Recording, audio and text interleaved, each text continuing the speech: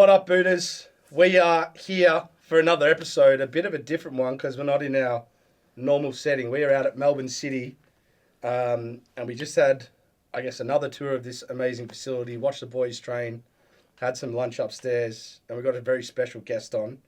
Who am I here with? Lord Mahazi. And we're missing... Yeah, we're missing... Hey, the first episode that Jarogba has missed, by the way. He's so sick. Give him some shit in the comments, please. Yeah, first ever podcast our lead host has missed, which...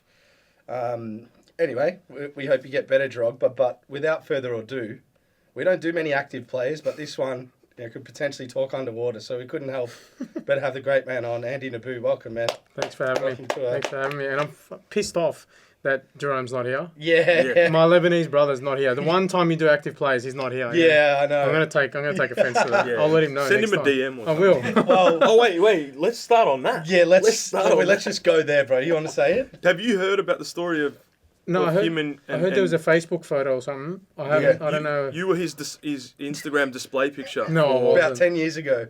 for on what did you Facebook. say? 3 months, I think. When? Yeah. Well, when I scored the double When you against scored- Sydney. Yeah, but That like, was everyone's display picture. Then they quickly were off me after 3 months. you're about 2 years older than him. Do you know what I mean? It's a bit weird, eh? It's a bit weird. It's not like a that's- kid. It gets weirder the older he Who gets. was his other one? Romelu Lukaku when he was at Anderlecht. Anderlecht, which is like unproven. Why? Romelu Lukaku when he had him at his Facebook display. I don't know. But it was 3 months. So he was off me after 3 months. Yeah. A bit like the coach was. Yeah. I scored a double and the coach was off me man. 3 months later. I know. Well, you obviously, your career journey, for those out there that don't know, we'll obviously go through it all, but I attest it to like creating a FIFA career mode, bit of a player in Melbourne. Because you've kind of gone through every level and hit some really great heights, and it's awesome to see. But maybe we'll just go into them now quickly before we go back to how it all started. But like, talk us through this season and obviously what you've come through at your age is pretty remarkable. Yeah, so it was pretty rough. Obviously, I came off 2 Achilles surgeries and then played 3 games last season and then did my ACL in the 3rd game, so it was pretty rough. And then I did my 12 months of rehab, and I thought I was going to be ready earlier because normally I'm a pretty quick rehabber. I get back pretty quickly. And then at about 9 months, or maybe 10 months, my knee just kept swelling in training and wasn't ideal. Went back and saw the surgeon. He said, you need a scope. So I went, got a clean out. Oh, right. Yeah. After 10 months. After 10 months, yeah. Wow. Oh, wow. So that set me back a couple of weeks. Initially, I was aiming for round 1, but then it was sort of round 3 against Brisbane. So it's been pretty good so far. I've played 5 odd games and And now you're concussed. now I'm concussed. Hey, did you ever, like, I assume natural thoughts take over at times there where you think, like, am I going to continue? Will I be the same player? Like, did any of those apprehensions happen in your head? Initially, when it first happened, I was like, this could be it.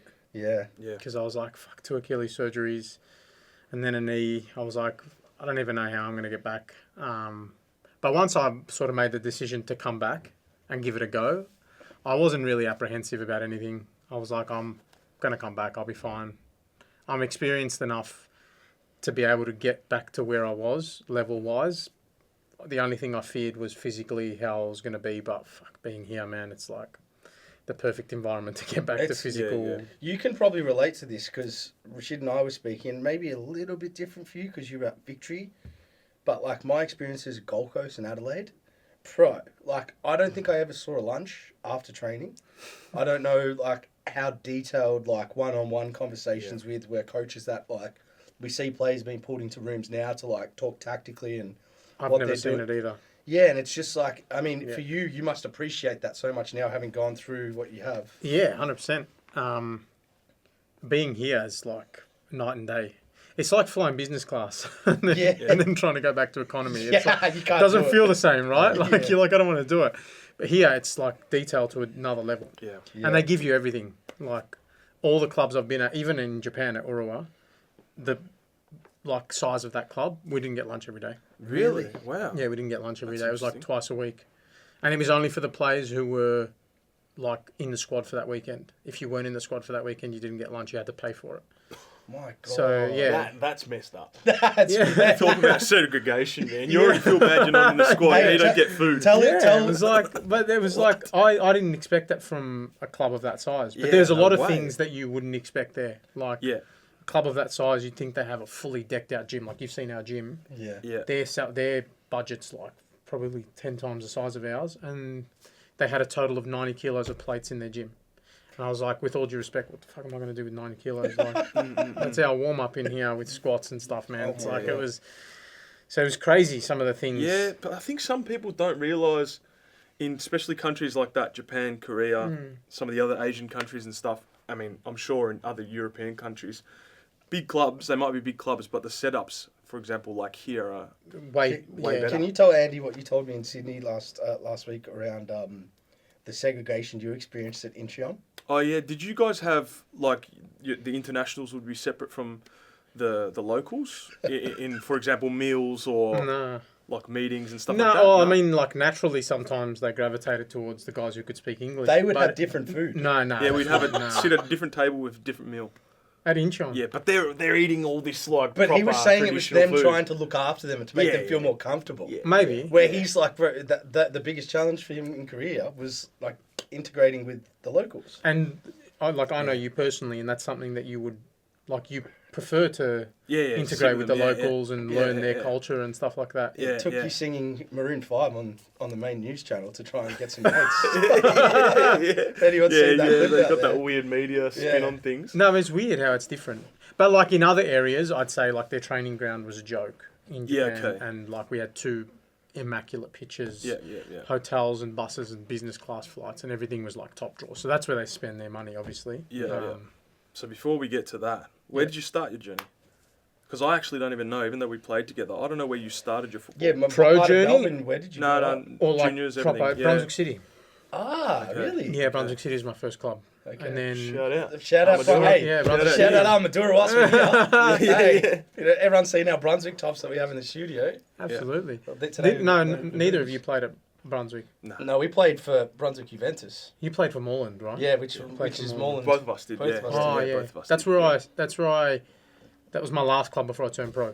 Oh yeah, they claim you. There's a few clubs that claim you. They all want the compensation. Man. They all want the training comp. No, I was at Heidelberg for a little while. Then I went to Moreland for like 6 months. Okay. And Brebs was the coach. Brebs was a player at Moreland, and then eventually he became player coach, and then he sort of got me into the pathway of going to Victory. So did you? Can I actually ask you your juniors? Did you make state teams, VIS, any of that stuff? Yes. None of that stuff. No, I was sort of overlooked for all of it. What was your perspective on, like, were you close to being in those teams? No, What was your gaps?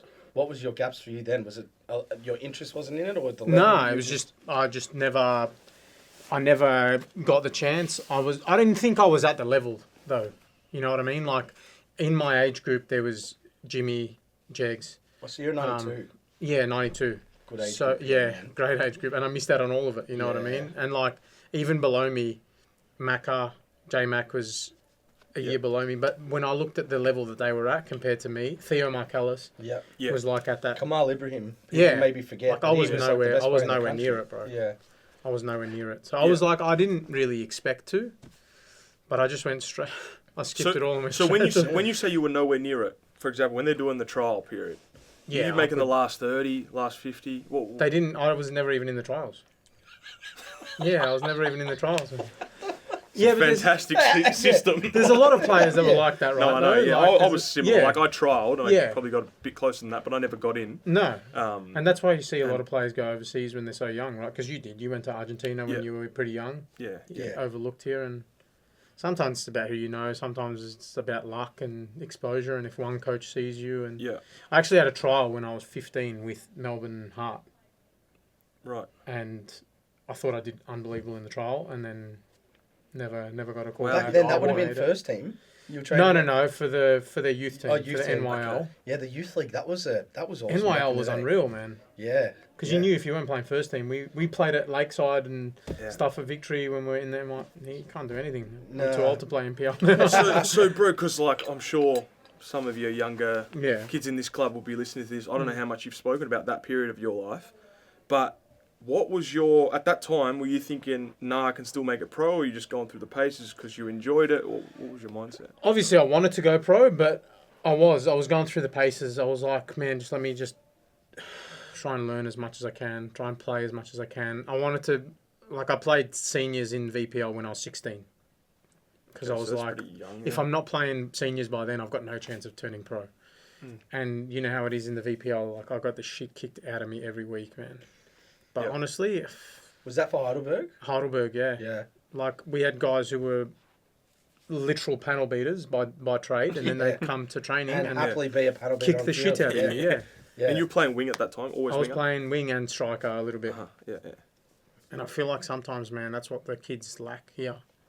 Because they're protected so much and they haven't been through the school of hard knocks and get into the A-League and it's a big shock. How do you balance that now with young kids coming through? Like sometimes, like my experience anyway in Adelaide, if I was cheeky or talk back, like someone was laying one on me. I kicked the shit out of him here as Is well. that like allowed? That's still allowed right in today's first team I environment? mean, within reason. Like, I'm not going to go and fucking target people, but if they talk shit, I'll let them know. Yeah, because, I mean, that was like, you didn't talk shit because you knew that would happen. Or, you know what I mean? Like, there'd be some experience. Like, who was the experienced guy at Victory when you guys were there? Who would do that?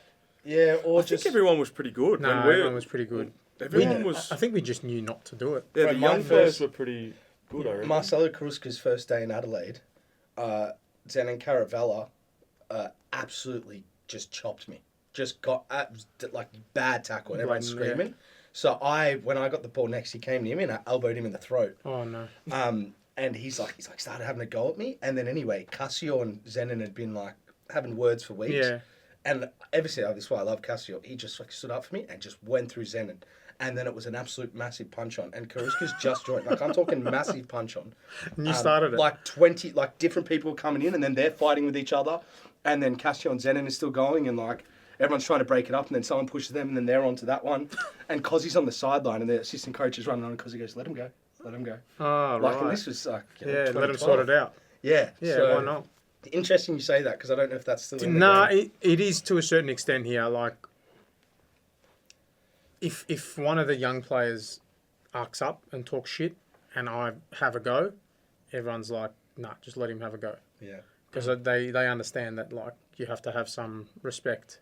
Yeah. And sometimes as a kid, you don't even mean it. It just comes out. Yeah. And you don't mean to be disrespectful, but you say it and it's like, well, no, not a chance. We've been noticing you over the last few weeks. You've been in a couple Fights. couple of scuffs, man. I've been out for 12 months. I played 5 games and had 3 fights. Just come down it in. I mean, you obviously love standing up for your teammates. Yeah, I mean, I feel like I have a responsibility to do it. You know what I mean? Okay. Like against Brisbane, I knew it was going to be like a dog fight. And then as soon as I come on, I think Nate was sitting on the ball and didn't want to give it up, and they got into a fight, and I was like, fuck, all right, I got to go in now. My biggest GPS moments were running into fights in all those games. Top speed was running into the fights. Like, just going back to like that Heidelberg and Moreland, like, when did you feel like your game started to change? Because you obviously missed a lot of rep teams, but like, when did the recognition start to happen, and what was specific for you at that time of why people started to realise you had quality? It was more when I went to Moreland because I got more of an opportunity at Moreland. At Moreland, I was playing every game. And I was playing up front, out wide. It didn't matter. At Heidelberg, we had a lot of really good players back in the NPL, and I just didn't really get much of a go. That's why I moved, because I was like, I need to play. I was 18 at the time, or 19. I was like, I've got to go, because NYL, the cutoff was like 20 years old. They're not going to sign you in NYL after 20. So I was like, I've just got to give it a go. Went to Moreland. And at the time, Moreland had Joe Palacides, who was he was leaving Moreland to come here to Melbourne Heart. Right. So he wanted to bring me with him here to the NYL, and then I had Brebs who was taking me with him to Victory, and I didn't really get like Victory were like, come. Daz was the coach. Darren Davies was the coach at Victory, and he's like, we want you to come trial. So I came and trialed, and he loved me and brought me into the NYL. What an apprenticeship you had, actually. Now that I'm just remembering the NYL now. Yeah. You were like the most capped player in the NYL for a period, I feel like. In the first team? Yeah. Well, I made my debut in the first team before I made my debut in the NYL. Wait, how does that work, bro? So second signed- game, you were second signed ga- to the I was NYL. signing the NYL. Second game of the season, or third game of the season, we were playing Brisbane away, and I remember that game. Archie, Rojas, all the attackers were away on international duty, and Theo Marcellus was meant to start ahead of me, and something happened. He didn't start. Ange came to me after training. He's like, "You're starting tomorrow against Brisbane," and I was like, "Fuck, man, I haven't even made my debut in. I haven't even played in my." How long were you at the club? Like did you do a full 2 preseason? months? Nah, it was like 3 months, 2 months, 3 months. And you were there at this time? No. What I'm saying is you played so many youth games, bro. Oh, NYL youth games. Yeah. After when I came, and I played a lot with you, Jimmy Jego played a lot Did with you come as well. in the? Did you come in the season that I? Your second season. Yeah. So Your in second season. in my first season, Yeah. I played 22 A League games, Yeah. and I was signed as an NYL player. Yeah. Wow. And then after the Sydney game where I scored a double, I got a contract, but it didn't start till the year after. Yeah. And then that's when my game time started going down. And Yeah, that's when I yeah. started playing NYL. Yeah. Right. So okay. were you training like, and obviously Dan Davies at the time, he was very revered as a great youth coach. Like Unreal. So One of the I best think he I've was ever went had. and headhunted Yeah. by Victory. But like Rashid, I'm always fascinated of like the players that got to work under Ange. We know you've had a lot of experience with him, but in particular at that time at Melbourne Victory, I guess before he was globally known as this coach, like what were your experiences with him? Because we always hear that he's very distant and so Yeah, forth. absolutely. Yeah, he was. He was like high and by for most of it. Really? I didn't really say more than hi or bye to him.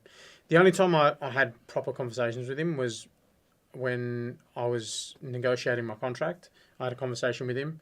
I had conversations with him when there was a game where I got injured and I just went and spoke to him and whatever. And it was pretty much it, man. Like there wasn't much So conversation. you can remember 2 clear times. Pretty much.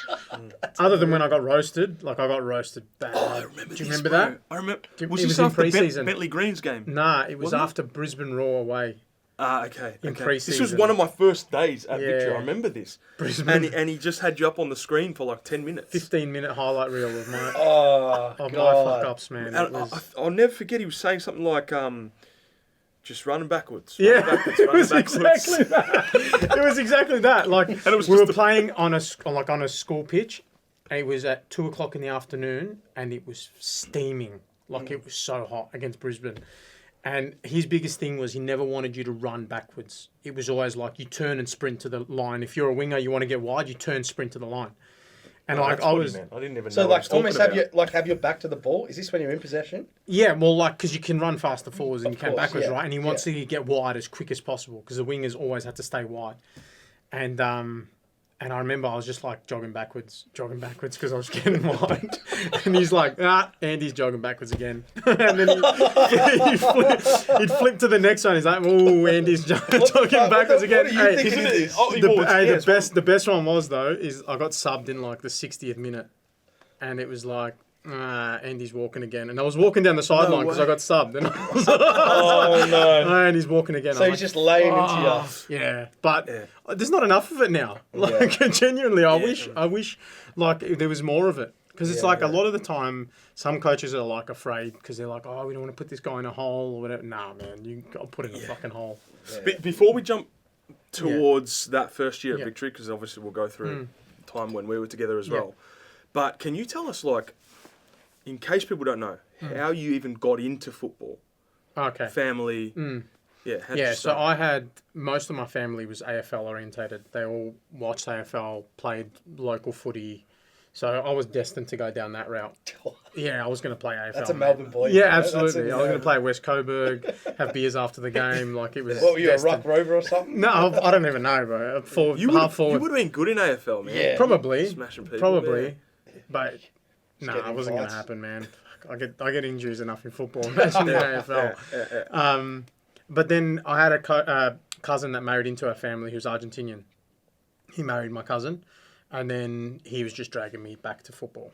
And he took me to my first football training, registered me for Brunswick City, bought me my first pair of boots, and he's like, "Nah, you're playing football." Wow. Yeah. What a guy. And then I loved it, man. Like I didn't have any interest in AFL. I did, like you know when you go home and you're like, I really want to practice. Yeah. I didn't want to practice footy. Like I didn't want to play footy at school. I just wanted to play soccer. So Yeah. Were your parents like pushy? I remember you probably one of the most determined people I've ever met. They were players, I've pushy admit. once I started playing football. They weren't pushy towards AFL. No, they weren't Yeah. like, no, you have to play. But Yeah. once I started playing football, my dad was like, Was he? because my dad was like, he was in the army in Lebanon, so he's pretty like determined. He was, he was in the Navy, and then he was a bodybuilder. He did like all sorts of sports. So he was like, if you're going to do something, do it properly. Right. Like, I'm not going to have you fucking about and doing it just for no reason. You know what I mean? So he took me, and I remember he was fucking rapid, my dad. Like, he was so fast, and it was just like every day he'd take me to the park and we'd sprint against each other until I could beat him. Didn't let me win, man. Didn't let me win for a long time. Yeah. Yeah, right. It's- So is that where the that's how do you I think your got mindset comes in? 100%. 100%. That makes sense. Yeah. Yeah. I remember one of our first trips. We roomed together. And I just remember you doing abs, bro. You just- No. in the Are you still hotel like room. that? Are you still like that? No, Or you not as chilled much. out? Not as much. You I've got chilled out banned a from bit. the. You got I banned from the gym yeah. for a period because he was doing too I much. got banned from the gym. Bro, what the hell? But I got getting banned too from the big. gym at Victory. So my theory was the less I played, the more gym I was going to do. Why gym specifically? Well, What because was I it couldn't about do it? anything on the pitch. You know, how it's like, oh no, you got to get off the pitch now. Ah, yeah. Sports science, loading, everything. So I was like, fuck it, I'm just going to go in the gym. Yeah. And so I was a machine in the gym, man. Me and Francesco Stella, remember Stella? Yeah. Me and him were just like doing shit in the gym. I was just there for so long. Yeah. But they banned me from doing upper body. Makes sense now. If your dad Yeah. had the bodybuilder genetics, you put on I muscle was like, really I easily. put on so quickly, man. Yeah, that That's makes why sense. even here I'm banned from doing upper body. I don't do upper body here. Boys have upper body days. I don't do it. Yeah, I just right. do core. I do abs. That's it. Yeah. All right. So that first season at Victory. Yeah. So What was that, bro? what was that like? The first season of Victory was... It's pretty crazy because it happened so quick. Like, I went into the first team really quickly. But, like, I went in and out so quickly. You know, because, like, I was the first youth teamer to come in. I did really, really well. And then I went cold for a couple of games. They brought Connor Payne in. Connor Payne did really, really well. And it was like a cycle of that. Like, you were really hot, and then you were a bit cold, and then playing NYL, and Because there was Jason at the time as well, Jason Gary, or that was he second came half of that second season. season. And Or Scott Galloway. Scott similar. Galloway came in. Jesse was similar. in. Dylan Murnane was a little bit in and out. And then Nick there was, Ansell, or was that later? yeah, no, he was in there as well. We were all in the same NYL So team. this is Timmy Jago. this was that first season that Mm. Flores Flores and Finkler, Finkler season Yeah. under Ange, yeah. Archie, Danny Allsop was there for a bit. Because I recall like that the period you probably were at Victory was really good wingers, like a lot of Yeah. competition, but maybe even just before you. Second year was even worse. The year Yeah, that you true. came was even worse for me as a winger because they had Fahid, they had Costa came in, but, and then we had Bess up front. yeah. Yeah, So it Archie was was like- now playing winger. Archie was playing on the wing. Rojas, it was insane. I man. talk about this like my experience in Adelaide. It's like, man, I was playing, picked in the young Socceroos all the time, but I'm only playing for my club if there's an injury. Yeah, Because I'm like 100%. Karuska, Vidicic, and Can't play, Isaias. bro. It's Yeah. like, bro, it's it's And probably back the same- then, how good, like, they were in their prime. yeah, It's yeah, it's impossible, man. incredible. That's what I was nowhere near it, man. Like, Yeah. I'd say, I didn't get opportunities and whatever, but if you look at the players I was up against, it was like, unless they were injured on international duty, I wasn't even getting a sniff. But so you played 22 games that First year. season, That's a lot. but we didn't play with a 9 the first season with Ange. Yeah, We played with Yeah. 2 wingers and 2 10s. Yeah, that's right. So I was playing as a winger. But then when they brought in a 9, it was almost even harder, man, because I was a striker as well, but I was never playing ahead of Bess. And when Bess Yeah. wasn't playing, Archie was playing there, yeah, or Costa, or like, to have those front four, man, it was yeah, near impossible. yeah, yeah. Bess, Finkler, Archie and Fahid, or Costa and Fahid. Yeah, yeah. It was impossible, man. So it was like, But- I learnt a lot from him, but I was never going to play. So with 22 games, was that like? Were you surprised that you played 22? Were you happy with it? Absolutely. I was so surprised. Because I was like, I was even happy to just get my debut in the first season because I was still an NYL player. But it just like, it worked out that I played a lot of games. Most of them were off the bench. Yeah. But still, like, I was pretty happy that I got. But then the second season, I think I played 4 games. And then the last season, Really, the Yeah. second season. So my first season, you played 4 games. I think it was 4 games, yeah, Was that injury or just selection? selection. Wow, that's And then the last season was even worse. I think the last season I played a total of like 40 minutes the whole season wow. when we won the championship. Bro, Yeah, it was. this is something, the main thing that I wanted to talk about Yeah. through this pod, and I mean, we're maybe skipping over the Sydney No, FC no, thing. no, I'm sure you've spoken about that. Yeah. We'll come to that. We'll though, come 'cause to that. Yeah. That was cool. But yeah, just in general, that's probably the main thing that I wanted to sort of highlight in this discussion was like your determination through that period. I think from an outsider seeing it happen, seeing you not get that many minutes, but still training so hard and putting in so much effort, like if there is ever a person that personifies what you should do as a young player, it's you, of not just getting angry and complaining why am I not playing, like actually just training harder, improving and having the highest GPS and all that stuff. You did that the whole time. Which is, you know what? It's easy to say, very hard to do when you're getting isolated 100%. for 18 months It's so from easy, every bro. squad because you're Yeah. sitting in multiple meetings, not being included, constantly like you almost as a player because your emotion when you're young, you Yeah. feel like you're getting attacked Yeah. and you're not getting picked. And Yeah. you're constantly being told, hey, you're not in the team, you're not in the team, you're not in the team. So It was, that's impressive. The worst part was like, you know, when we used to get told the day before the game, like who's in the squad, yeah. and like the list would come out in our group chat. That's the days where I hit the gym the hardest because I didn't see my name there. I was like, fuck, Yeah. gym, Yeah. let it all out, Yeah. boxing bag, Oh, man. Yeah. abs, everything. Oh, let's go Sydney FC Yeah. at that Okay. period. So Was then that, tell us. was that a breakout game? Yeah. So everyone thinks it was my debut. It wasn't. No. It wasn't my debut because everyone's like, "Oh, Played fuck, 21 he did fuck games all. before that." He did fuck all the game before." No. Yeah, my debut was actually against Brisbane. We lost 5-1 Okay. Right. or 5-0 or something. Barisha scored a hat trick. That was my debut. Second game was against Wellington, which was this was the one where it was like we're 3-0 up. He subbed me on. We got 2 goals and we won 3-2. But it was like he pulled me aside. He's like, "If I bring you on, Yeah. can't have that shit. Like, you've got to make an impact. You didn't make an impact." Third game was against Sydney. Wow. I guess I made an impact. So let's talk us through these moments because I remember watching this at the time thinking, "Pwah." Because Yeah. at the away fans was huge. It was like almost like a Rashford on debut moment. Like Yeah, it's it was just crazy. moments that pop up. Yeah. Can you talk us through like I guess the game itself, but just your 2 moments that stood out? Yeah, so it's pretty insane. But I'll tell you a story from before the game. So I had, the whole time I was at Victory, when I was in the trials and everything, I wore blackout boots. Completely blackout boots. The day I knew I was travelling to Sydney, the day before I went and bought white, remember Adipures? I bought Adipures, white Adipures. Yeah. And I came to training with him and Muskie looked at me and he's like, "Nah."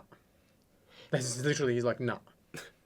He's like, not gonna fucking happen. He's like, "You've done nothing to fucking wear white boots." Yeah, right. That's white, let alone pink these days. Quickly switched back to black, and then I wore him in that game. Oh, right. And then he literally subbed me on. He's like, "I told you last week you need to make an impact. Make an impact." So it was just, it worked in our favour because we were 2-0 down. So we're like, "Fuck it, we've got nothing to lose. Let's just go forward." So I was in the front third a lot, had a lot of chances. And the first one, I remember getting the ball from Guy, come in, and they sort of like left me alone a little bit on the edge. I was like, "Fuck, I'm just going to shoot." Shot with my left foot, went in.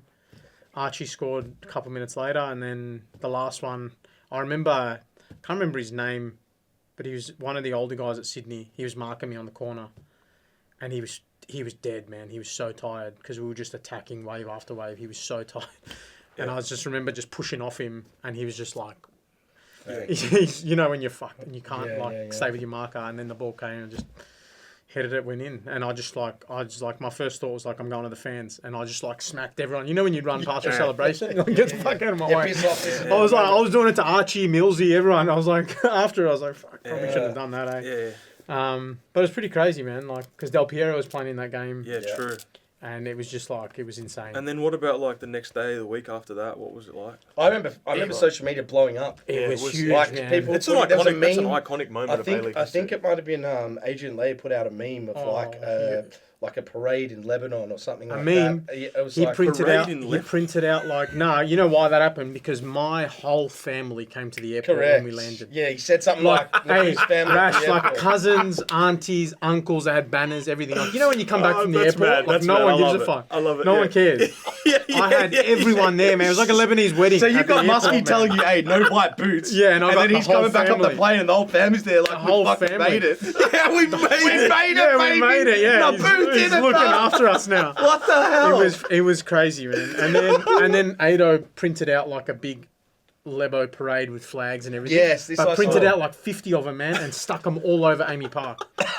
In the lockers, when you first walked in, the Storm players were like, "What the fuck's going on?" Who's this guy? Who's this guy? Yeah, And then it was pretty nuts after that because it was like the echo of that lasted like weeks and weeks and weeks. What happened to your Instagram following at that It time? went through the roof. I remember on Instagram I was watching, it was like going through. I was like, who the fuck are all these people? But the thing is, like, I scored a double that game. The next game I started against Central Coast, I scored again. And then 2 games later, I started against Adelaide, scored again. So I had 4. I didn't know that. I had 4 in my right. first 5 Yeah, games. Right. And then Archie came back from international, Rojas came back, and then I was just like... And they were like, just 4 people to understand. You'd think 4 and 5. Archie and Rojas were probably... Rojas may have been the best player in the league at that time. He scored like 15 goals. Archie had 10 or 12. Yeah. And the system that we had was like one winger start offside, one winger go down the line. And it was just a tap in. Yeah, So Rojas was just at the back It's post tapping this in goal. offside cheat code. You guys Oh were doing. man, it was unbelievable. It's how do you let's go come out of victory and like, because if we just talk about that moment and that start, and then you go towards these second and third years where you're not getting much minute and probably not feeling the love from the coaches, like what shifted? And then when you went to Malaysia, which was your next move, was that like a bit of a lifeline move? Was that a move where you thought it's going to actually propel your career? What was the thinking there? I didn't think, like, I thought Malaysia was a bit of a lifeline, but it was more for like, I remember my agent calling me, or my agent at the time, he wasn't my agent then, but he's now my agent. He called me, he's like, what are you going to do? He said, South Melbourne's hounding to sign you. Moreland at the time wanted to sign me again.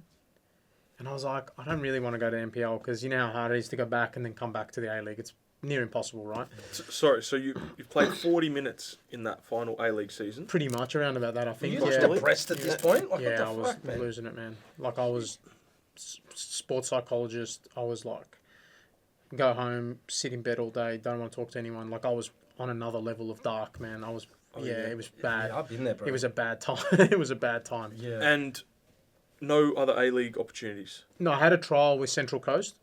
Tony Walmsley was the coach then. Monty was still playing. Hutchinson was still playing. All of them were still playing. And I couldn't have trained any better in that trial. We played against Victory in a trial. I played really well. I played against Sydney in a trial. Tony Walmsley phoned my agent, said, we're going to sign him. Like, we're sending you a contract. We waited, nothing. He said, no, we're still interested. We're going to sign him. Didn't get anything. And then they ended up signing Apia Kubi as a winger, which it is what it is, man. Sometimes it happens, sometimes it doesn't. And still to this day, Monty, I speak to him, he's like, fuck, man, as if we didn't sign you back then. Yeah. Just like looking at what I did after that. Correct. Yeah. But Malaysia was more like, they're giving me tax-free money. Yep. It was way more than what I would have been earning in the A-League. And he's like, my agent was like, just go there, earn the money. If you get another contract, great, keep earning money. If you come back and get a A-League gig, fantastic. He's like, but if you go to the NPL, you're never going to know. Yeah. Yeah. So I said, stuff it, man, I'll go. Like, what have I got to lose? If I go to the NPL now or I go next year, what's the difference? You know, if I go to Malaysia, earn a bit of money and come back, great. And then Malaysia was sort of like, it was a bit of a lifeline, to be honest, because I said, fuck it, man, I may as well try something. It's different. If I go there, get my confidence up, come back, try and get something here, great. And then I did. Played 8 games there. Or I played 12 games, scored 9 goals, 9 assists, and got sacked. I got sacked halfway through the season, man. What? You don't know this story? I got released halfway through the season. Well, after scoring 9... I had 9 goals and 9 assists in 12 games. This is why I bring up the no disrespect to our Malaysian audience. Yeah. I love Malaysian food, but this is why I suggested is that a lifeline because football can be quite volatile in some parts of Asia, and right? Me and Joel Chianese, Joel Chianese, Yes. we were there, and he also had like 8 goals and 8 assists or something. We were both flying, man. Yeah. And they said it's not good enough. We need more.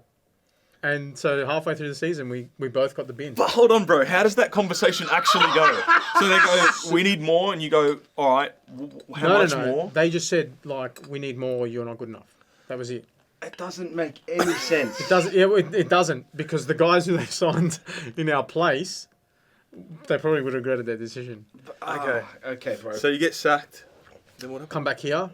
Wait, was the standard of football rubbish yeah. there? Yeah, it was wasn't was great. It wasn't great. No. What would you like attest it to? Like playing MPL and seeing the levels in Victoria just. Oh, nah. MPL is probably higher level, to be honest. Really? Because And I was they're in the telling second division you- in Malaysia. I wasn't in the top division. I was in the second division. Okay. Yeah. Right. And so the level there was probably MPL would have been higher. Okay. But I was earning like pretty good money and it was tax free, so I was like, why not? So it's what, 3 months total? I was there for including preseason. I was there for a total of like 7 months. Yeah. And did you feel like, because you've obviously just come from a difficult time at Victory, now you're actually, I mean, even though you got sacked, your stats are pretty good. You're probably playing well. You feeling like I'm a good player again? I was confident. Yeah, I was very confident, and that was one of the reasons why I went in the first place. Because I'm like, I knew the level wasn't as high as the A League, so I'm like, So how did you get to go Malaysia. from like the depths of sitting in your bedroom and like not wanting to go outside to I'm confident I'm a good player again? Like how do you actually get to that point? Well, it's like game time, scoring goals, finding like your mojo again, and I found that over there, because when you're a decent team there, especially in the second division, you go forward a lot. You get a lot of attacks. We had Taylor Egan as the centre back, and we had Alex Smith, who was at Wellington and stuff. He was our 6. So he was just dinking balls in behind for me, and I was just running onto him. Alex Smith, is he American? Yeah, the American I played with him at English, Gold yeah. Coast. Oh, yeah, exactly. So he was like just putting balls in behind. I was just running onto him, dribbling people, scoring goals. Yeah. And then they were like, yeah, you're not good enough. Yeah. So it was pretty crazy. Did you have a layoff here between getting your next club with Newcastle? Nah, because Because how do you like almost not have an A-League club, go to a second know. division in Malaysia, and then land at Newcastle? it was, I think I left Malaysia because their season runs opposite to ours. So their season starts in like Feb, finishes in October or whatever. Right. So I left there in like July, August. Uh-huh. And then I came here. I remember I was snowboarding with my brother. I was in Mount Buller or something. And my agent gives me a call. He's like, what are you doing? I said, snowboarding. He's like, get the fuck off a snowboard. You've got a trial with Newcastle. Yeah. And so Newcastle were like, yeah, we'll give him a trial, but he's got to pay his flights, accommodation. He's got to find his way here. We're not going to pay for anything. I said, fuck on. It's the only thing I got. Why not? I'll go. And then Scott Miller was the coach at the time. Loved me. I did really well. And then he's like, yeah, I'm going to sign you straight away. Because this was a pretty successful period at Newcastle, Yeah. right? So were you on the opposing side of the fence when Victory came and played in that grand final, or no? I had left midway through that season to go to Japan. Okay. Yeah. Alright. So I spent a season and a half at Newcastle.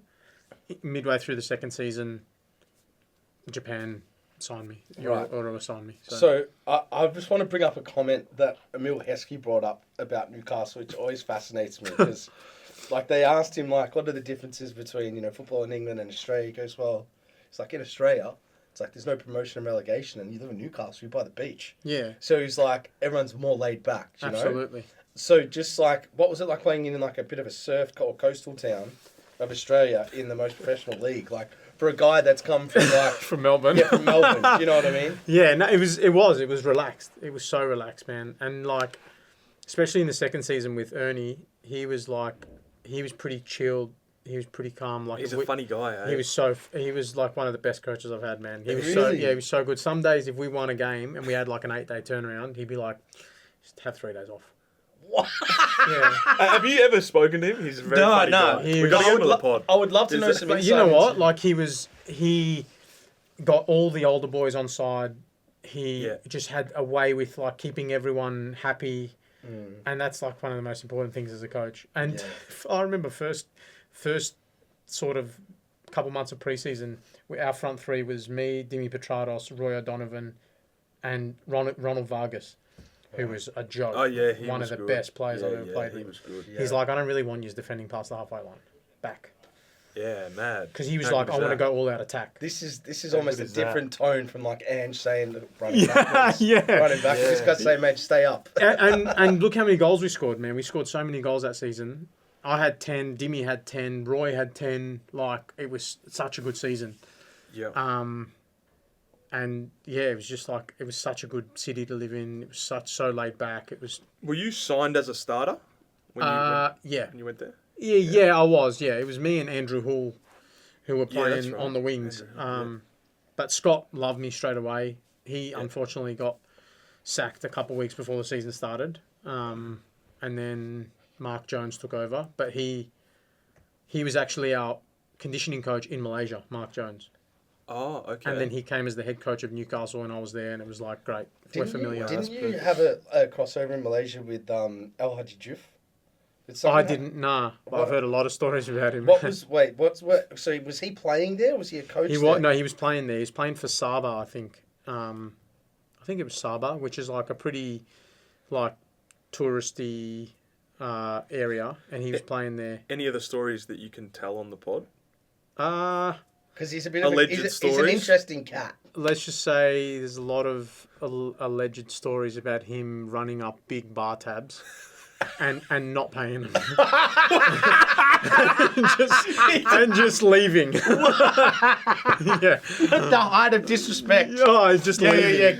Give me all this. Mate. Yeah. He was my favourite player. That's from what I heard. From what I heard. I never played against him though. Okay. Because I think they were in the in top my league. eyes. They were in the top league. He and I can was do in the no second wrong league. in your eyes. Yeah. Three businesses are But I think bankrupt. I think he was pretty known to be like a bit of a party animal. Yeah. I've heard and that. loved I've it heard and that. whatever. Yeah, So yeah.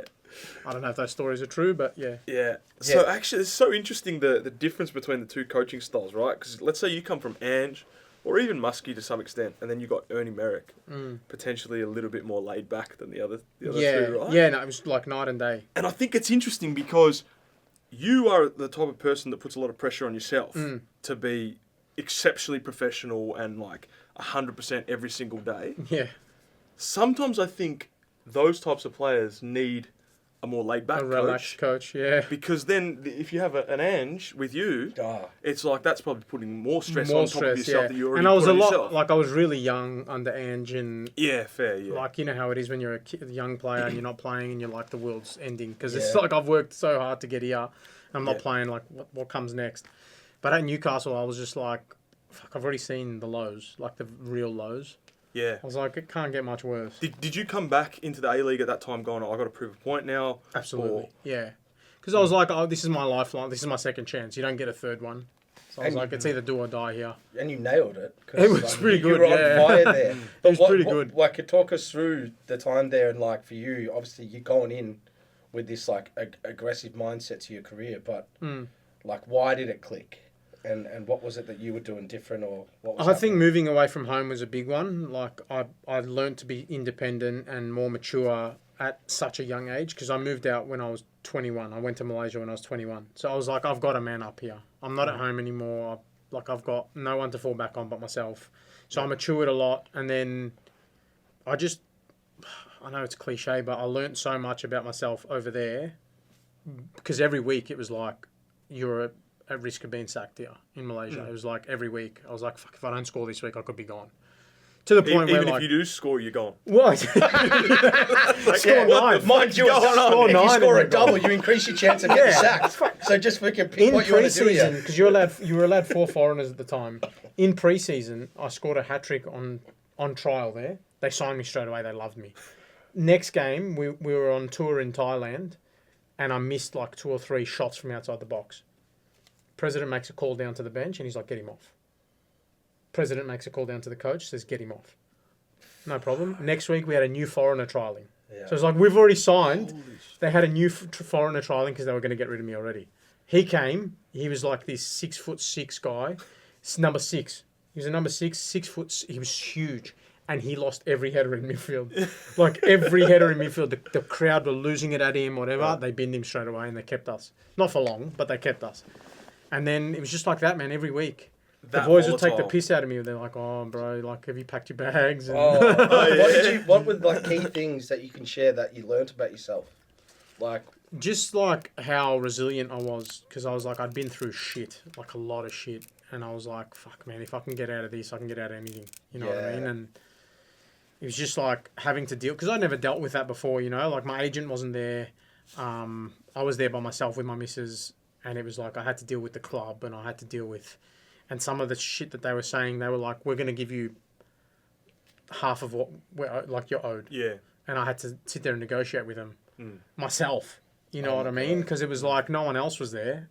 And they're like, nah, if you don't take this, you know, all the bonuses we gave you, you got to pay tax on them. Or like, oh, we've revoked your working visa, so immigration's going to come and kick you out of the country. Like, what was So some, you've like, got to limit- take what you've was got to some- take what's given. Did you, like, was there, like, are they not FIFA approved? Like, where was the legalities behind They all this? are. Did you, like, start looking into this I space did, of, like, trying yeah. to get them, or? But like the reality of it is like, okay, if you take them to FIFA, it's like 3-4 years before you see that money. Right, so So it was like the advice I was given was just try and get as much of it as you can and get out. And so you're worrying about your career as well, right? Yeah. You're just trying to play. I just wanted to play, man, and I was Yeah. like, I've got 6 months left on my contract. They were offering like, I can't remember what it was. It was like, for example, say 3 out of the 6. And it was like, well, I've signed a contract. I'm owed everything. I want 6. And they're like, no, we're not going to give you 6. We're going to give you this much. And so then it was like, I negotiated as much as I could to get out of there. And I was happy with it at the end. Like, I was happy with what I got. And then, to be fair, it was great because I just signed at Newcastle straight away and kept earning money. And it was fine in that sense. But like, if you're someone who didn't get that chance, it's Well, yeah, it's. pretty I crazy. feel like, I mean, look, it best thing that happened to you, really, when you think yeah, about 100%. it. But at the same time, it's a bit of BS because they can just completely take advantage of you. Yeah. For all the hurdles you said of like trying to go at them with any form of legal stuff, which you're entitled to. Yeah. So clubs can take the piss. They can, yeah, because know? they know that, like, you know, worst case, if you take them to FIFA, they're going to tie it up in court for 3 Yeah. years and then you'll get your money 3 years down the track. Yeah, So it's like, I remember speaking to the PFA at the time. They're like, yeah, we're absolutely fine. We can go down that route and we can take you through FIFA, or you can just try and negotiate as much as you can Yeah. out of it. And I think that was the right way to go, to be Yeah. honest, because I got as much as I could out of it, Yeah, and and I came wash your back, hands and of it. yeah, Oh, and I like, was yeah. like, it was the best thing that happened to me because I came Yeah. back to Newcastle, and it was like the best years of. What freed you up to play your game and be as effective in Newcastle, do you think? We had a really good, culture at Newcastle where like, I'm not saying anything bad about Victory, but it's a little bit more intimidating at Victory, right? Because you had such big personalities, and it's like, it's almost like you're walking on eggshells a lot of the time. Whereas at Newcastle, like all the older boys were like really integrated with the young guys, and we had a lot of like really good like team nights out and dinners and stuff where you felt comfortable, you know. Yep. And if you messed up, it wasn't like the world's ending. Yep. You know, whereas like a lot of the time when I was young at Victory, I remember we used to play Sheva, man, and I was if I was on the outside, I was like, it's only a matter of time before I'm going in the middle. Yeah, And I'd yeah. spend so much time in the middle because I was like, fuck, I'm miles off it here. But at Newcastle, they just gave you like the confidence to, and it was like the expectations weren't as high. And as a young player coming from a lot of shit, it was like a bit A relief. a relief. Yeah, it was a bit of relief to be like, okay, I'm playing with sort of like no expectations here. I love the high expectations. Now, the older I'm getting, it's like I need to be in an environment where I'm like, the demands are really high. But coming off that shit all those years, I was like, fuck, it's just nice to be You need able an to arm just... around your shoulder. It was a bit nice to just play with a bit of freedom and not worry about, fuck, you know, we're like fighting for top 2 every year, and if we don't get there, like everyone's gone. And it was like, I think that environment helped us get to that second season when I was there, get to like the grand final, because everyone was just like, fuck it, man, let's just go and have fun and we'll enjoy it. When you left, so yeah, we'll fast forward a little bit, but when you left, so it was halfway through the second season. Yeah. Where were you guys sitting at that time? Because you were playing Second. really well, huh? Yeah, we were Yeah, second. yeah, I remember you scoring. I had a lot like, I and- think I had 10 goals and 10 assists at that point. Yeah, And it was wow. like, I wouldn't say it's halfway, it was like March. It was Yeah. like March, so we still had April, May. That's a lot, bro. Yeah, and it was like, 10 assists I had- and I- 10 goals. But I it think was I had also 10 you goals were and 10 scoring assists. extravagant goals Yeah, and you- stuff. yeah. It was Because you yeah. do that as well. Yeah. Like you score some goals, you're like, where the Pull where the the rabbit out fuck? of Yeah, the like hat. you said, all of a sudden he's got an outside of the foot that can go top bins. Yeah, Yeah. well, I spoke to Rojas about this the other day, actually. I saw him at the Victory game, and he's like, man, no one does it anymore. No one tries it. Everyone tries to, like, walk the ball in the net, and some of the things that I hound the boys here about, it's like, man, if we have a chance to shoot, just shoot. Yeah. And, like, a couple of weeks ago against Perth, Zane scored a bomb, Cav Cavian. scored a bomb. I was like, man, we've got to do that more often. Yeah, Like, yeah. it's just try it. Fuck it. What's the worst that can happen? He goes out for a goal kick. Yeah. those outside of the foot ones, man, I've seen the other side of it. Yeah. Like Yeah, you've go seen for the a throw. one. You've hit the corner flag. Have you seen it? The video's on YouTube, man. It's me against Perth. Yeah, yeah, And I tried an outside the foot, went out for a throw in. Yeah. Worst part of Oh, it there's was, actually one. it's one. And the worst It's in thing the was, compilation. Troisi was there for a tap in. It was one on with the keeper. Troisi's there for a tap in. I could have passed And it then you just outside of the foot. Sorry. And I was like, fuck, Yeah. man. Okay, make the James. run. It was horrible. Yeah. Make the run. But that's why I try that Yeah, shit. you I gotta try it try. all the time now, man. Yeah. Like, But you're right. Like, yeah, you might get 1 out of whatever 20, but Yeah. then that's front page on the newspaper, 100%. and you know. But how many times you try to walk the ball in the net, it doesn't work, whatever. Defense is just in a block, you can't do anything. Fuck it, just shoot. Yeah. Yeah. I actually had Just this. shoot. There was this coach, in Argentina that if one of the strikers, so if he opened and had like half a meter of space, and if they cut, he would take them off. Yeah, just shoot. If, Oh, as if they in, like- cut back. as- If, like, okay, so, like, if they've they gotta tried go to get a better forward? angle. No, Oh. so like let's say for example, he's coming, like you make a room of space and there's an opportunity to shoot, and you cut, it would take them off. Right. I love that. Just hated it Wow. so Just much. shoot, man. Just shoot. Yeah. How many times you tried to cut and defender gets a toe in and you're like, fuck, that chance is gone. Yeah. So how old are you at this point in Nui? Like through I that was period? 24. 24. Wow. So because I think 23, 24, yeah. did you get Socceroos selection? No. So this came after Japan, when Japan came. Yeah, so my Socceroos cap came in as soon as I signed in Japan. Isn't that right. crazy? Yeah, but that- Ange was the coach of the Socceroos the whole time, and then he left at the same. Do you remember he qualified for the World Cup, and then he left after the qualification, Yeah, and yeah, Bert that's came in, and that's Bert basically had like a clean slate. He's like, I don't know anyone. I'm gonna go and see all Okay. the players that are available, and he came to Newcastle, and at the time Roy was injured, O'Donovan, and I was playing as a striker, and I was scoring a lot of goals and whatever, and then he just picked me straight away. Wow. So he picked you from Newcastle though. Yeah, he saw me at Newcastle, and Okay. then I Urawa. moved to Japan, and Yeah. my first I literally landed in Japan, put my stuff in my apartment, and literally like a day later I went to camp for my first camp. Who called? Okay. Who called? Like we'll get into the Japan movement at Urawa just from a club perspective, but like Yeah. that who called you For the Socceroos, Joel. Joel Freem. Freem. Yeah, so he messaged me. He's like, "Hey mate, you've been selected in the squad for the upcoming games," and I was like, "No fucking way." Because I don't think people and tell me if this is correct or not, but I'm pretty sure you got a call from Lebanon to play for them When I was at like Victory, 5 years before or something, yeah, right? like every 6 months they call And me. you decline Every that 6 months. They would be calling me like, "Have you changed your mind? Have you changed your mind? Have you changed your mind?" And I what was is your like- thinking at that time, especially if you're not getting heaps of success in Every A-League? Well, six when I months. went It's to crazy. I when I said went to no. Malaysia, when I was going to Malaysia, I thought, "Fuck, should I do it?" Yeah. Like, because if I'm playing 'Cause it'll help your internationally, career, yeah. I was Yeah. like, maybe I'll get some exposure, and then I was just like, "Nah, man. Like, I've got faith. I'll get there. Like, I'll get there eventually." And then I did. So I was like, "Thank God I did," because Yeah. like as much like pride I have for my heritage and everything, I was like, I'm born here. I want to play here. I want to play for Bro, Australia. So I how was like, yeah. how unrealistically ambitious that is, I know. but it's so It's crazy, man. When you right? played Like- your first game and when I saw you get a call up, I was so happy Mm. for you because I thought, yeah, exactly where I had seen you at before that, and I knew Yeah. you were getting calls up to Lebanon and things like that. And there was the timeline that was like the craziest for me because like I think it was like 2016 I got sacked from Malaysia. 2018 I was starting at the World Cup.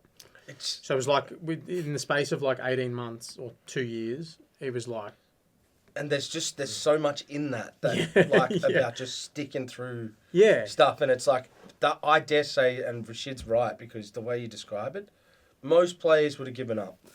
it's easy players to, would have, right? most Like, players it's- would have gone another way, Yeah. like whether it was before Malaysia or after it. Mm. But to get to that point is like, it's pretty special. We'll go into Socceroos in a second, but we've got to talk about Urawa because that feel like just personal brand. That could get picked in national teams. But we were speaking before how big of a club that is. I mean, can you share It that was, too? yeah, it was pretty, our I didn't believe listeners? it, to be honest. I didn't believe it. So my agent had contacted them because I was obviously scoring a lot of goals that season. He contacted them straight away and be like, because he knew they were looking for a winger. And he's like, Andrew, and they're like, nah, I'm not interested. And I Yeah. think they were going, I think at the time they were going for Robbie Cruz. They were trying to get Cruzy. And either he couldn't get out of his club in Germany or I don't know what the situation was. And then it just like went cold for 3 or 4 months, and then I scored the outside of the foot goal against Wanderers. They called straight away the next day. They're like, we're coming out to watch him. It's that easy. The next day? It was like straight away, man. They called straight away. They were like, we're coming out to watch him. So they were watching you then? They sent someone... Yeah, they keep tabs on you. Yeah. But they were watching, and they sent someone out like the next week. They sent the football director out, and he came to watch me against Brisbane. And I remember I got an assist. Did you know that? Did you when you were playing? No. Okay. My agent told me after the game, he's like, someone was there to watch. Good move. I've heard of those stories where an agent tells a player before, man. and then he was like, don't even worry about it. After the game, he's like, they watched you. They're really impressed. They want to meet you in Sydney. So I flew back to Sydney or Newcastle, drove to Sydney, and I remember at the time we were having lunch, and man, I was like, at the time I was like, Japanese people are like really disciplined and like really respectful, and man, I was like sitting up like this like the whole time. And I was like, I don't want to do anything to piss this guy off. I don't know, like, you know what I mean? I was like eating salad, and I was like, I got to just look as professional as possible. You used the wrong right? fork. Which like, I'm survive in Japan. Yeah, it's like, no, we don't want it. So I was like trying to be as professional as possible. I got up. I was like, I need to go to the bathroom. Went to the bathroom, came back, and while I was in the bathroom, they did a deal. My agent and the football director. He's like, Andy wants this. He wants 2 years. Right. And the guy was like, yep, no problem. Oh my God. Yeah, it was like a 30-second. My agent, still to this day, I speak to him. He's like, that was the easiest deal I've ever done in my life. Oh my God. I literally met him outside after the guy had left. Yeah. He was in the car, and he's like, you're an Urawa player, well done. I was like, fuck. That easy, man. I got up to go to the bathroom. My life just changed like that. So at this time, when you get that deal, you'd already got your Socceroos call up? No. So, you hadn't? No, so it was like, I got the deal, and then part of my deal, I told them, like, we've got a game against Sydney. Yeah. And they were like, you're not playing. That's it. We don't want you to get injured. You're not playing. I said, look, man, we're second, Sydney's first. I said, this is like the biggest game of the year for us. I need to play. It's like my send-off to the fans and my teammates and everything. I need to play. And they're like, okay, no worries. I played. It was first, second. We had like 20,000 people at McDonald Jones. I remember it was unbelievable. Yeah. We had a man sent off in like 20 minutes, I think. And then we ended up winning the game 2-1, and I scored the winner. And it was like the perfect send-off. It was like, honestly, I still get goosebumps thinking about it. And then literally like I told the boys after the game that I was leaving. They didn't know before the game. Wow. And then I left like a couple of days later. Wow. Packed the house. See you later. Gone.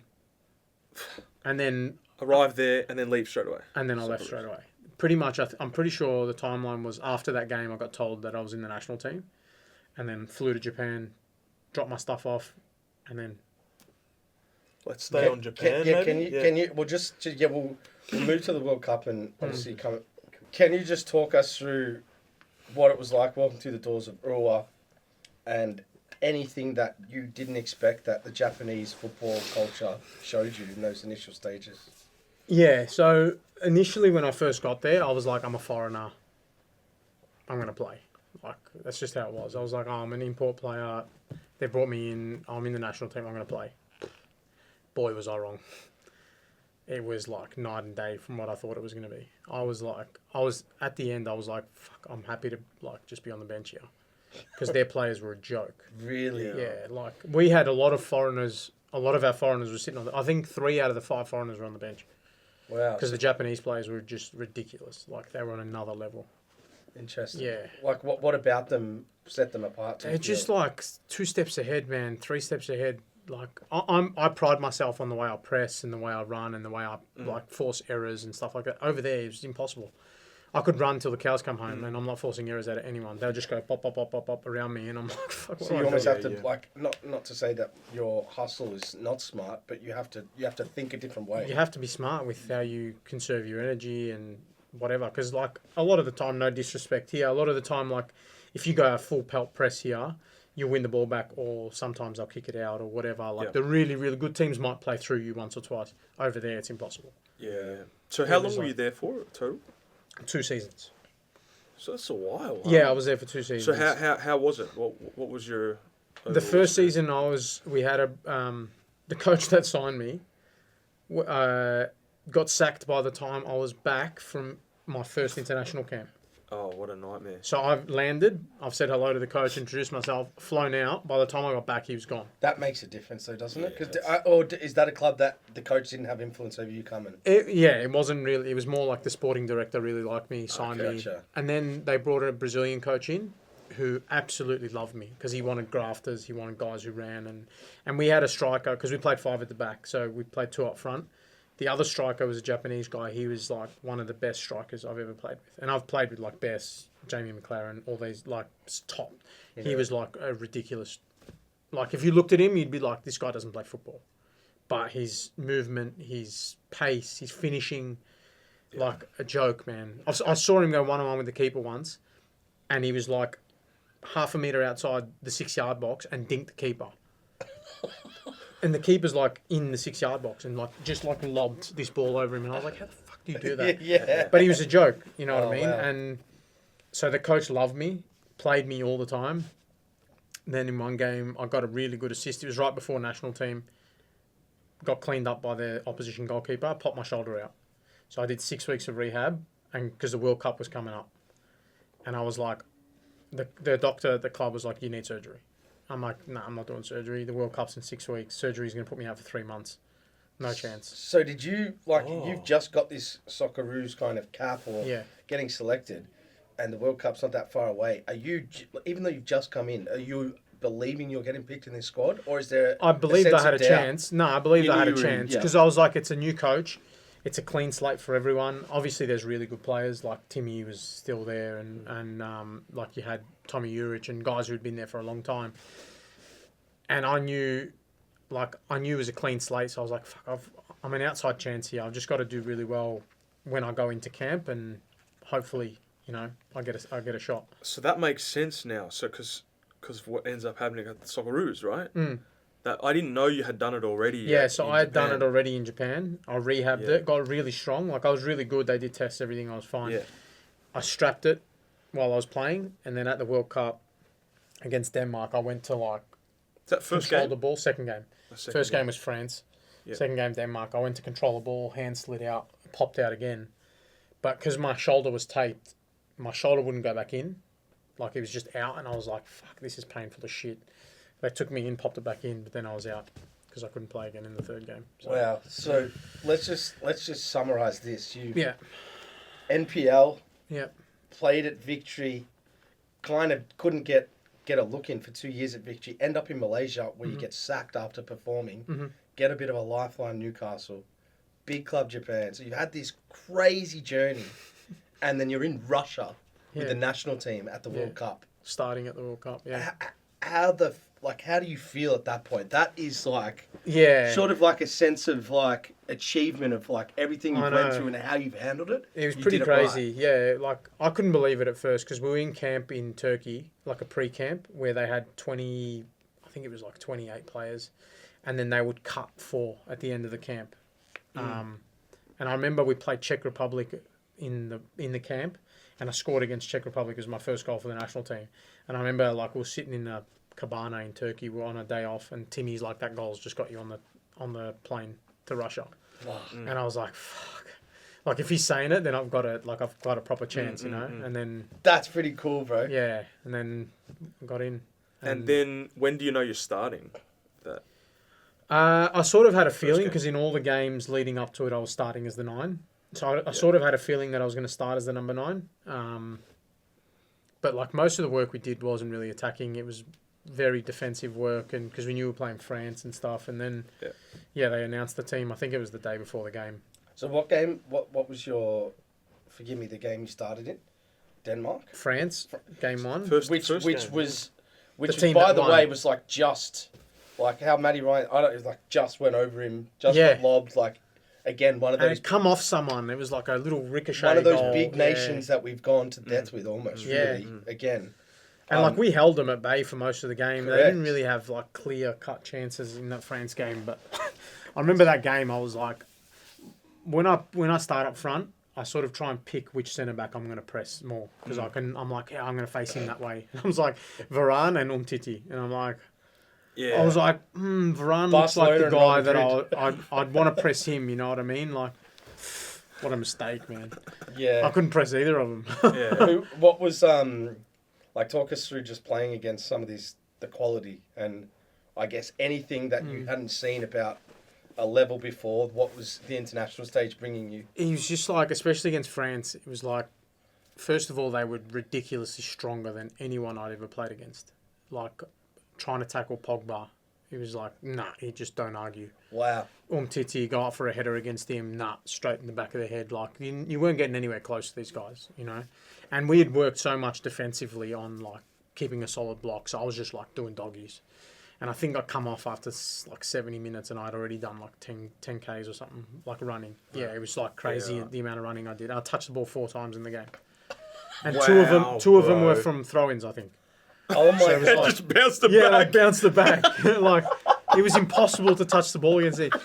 I think, correct me if I'm wrong, they had like footage of Didier Deschamps, I think that he was the coach at the time. Yeah. He was smashing their players after the game against us because one of their players out of the whole team did over 10 Ks.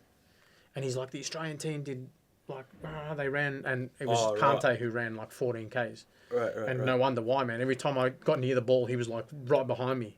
Yeah. And like this guy was on another level. Like what you watch on TV compared to how he was in the game was just like different level, man. Yeah. He was always there when the ball dropped. You know when you say midfielders win second balls, he was always there. Yeah. It didn't matter what, you know. And it was just like, it was crazy. And then their front three was Dembele, Mbappe, and Griezmann. And Mbappe, that I mean, like he was That was like potentially his player of the tournament, breakout, wasn't he? his breakout season. They won the World Cup that year, so it was pretty crazy.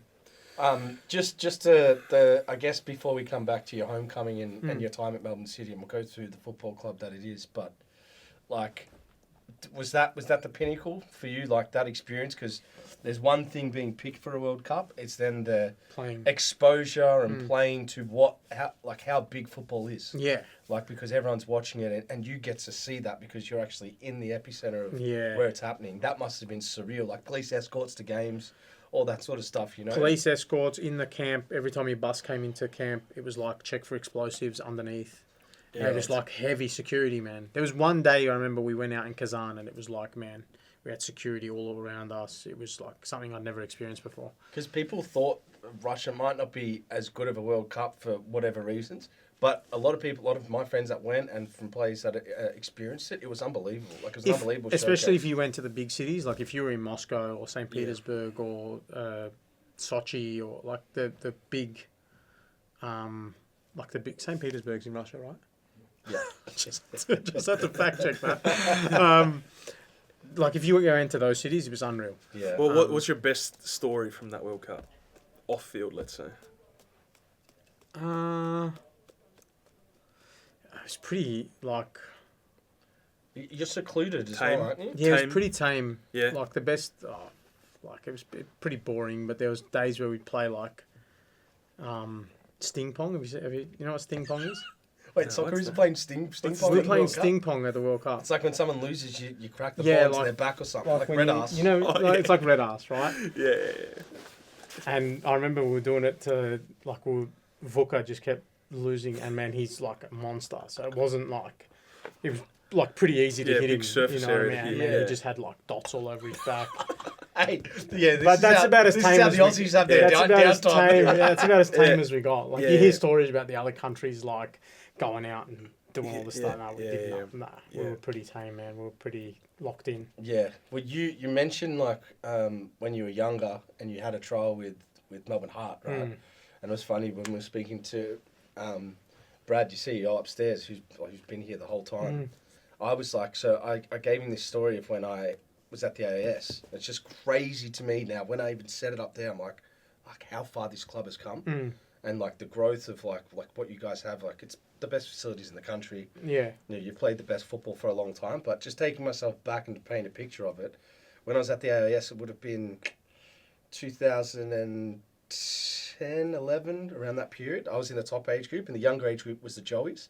So they were going to the World Cup, or like they were preparing for a tournament. So they left the AAS for like 6-7 weeks. So we had half a squad. So our coaches were like, and our coaches were the Joey's coaches. So they were like, man, if you guys can get an A-League club, go train with an A-League club. So Victory said no, Melbourne Heart said yes. To me, Curtis Good, and another boy. So we went and trained there. And this is like John Aloisi, Skoko, and it was like the facilities. It was like one little brick building, which you might have experienced. Yeah. And now you come here, and I'm like, It's night and day. It's Well, when I came here, my first season, we were at Bandura, at Latrobe, and the facility at Bandura was a joke as well. Yeah. From what I'd experienced in the A-League. Oh, I remember that one. At Newcastle, our training field was okay, but it was like rented from the uni, and our gym was in a different area. Our change room was split in two, so it was like a cricket field. So our change room's obviously smaller, so all the older boys are in one room. Yes, youngers in the other room, sort of thing. So when I came to Bandura, it was like the change room was not even in our change room. It was like round. It was sick. Like it was. How did the deal come about though? From to Melbourne City? Yeah. So I had obviously signed at Perth. That was common knowledge after Victory, and the borders and stuff during COVID and whatever. Like no one was allowed there, and initially I'd signed for. Like Popper was the coach there, and I'd signed for him, and then he left at the end of the season. So I wasn't going to be with him next. And just the way it worked out, it just wasn't even possible to get to Perth and stuff like that. And then I spoke to PK and Michael here, and they felt like I would have added a really good piece to the puzzle that they were having. They were brewing here, and it worked out. Like PK wanted me, and at the time Eric Mombarts was the coach. Yeah. But then he left at the end of the season. PK took over, and obviously...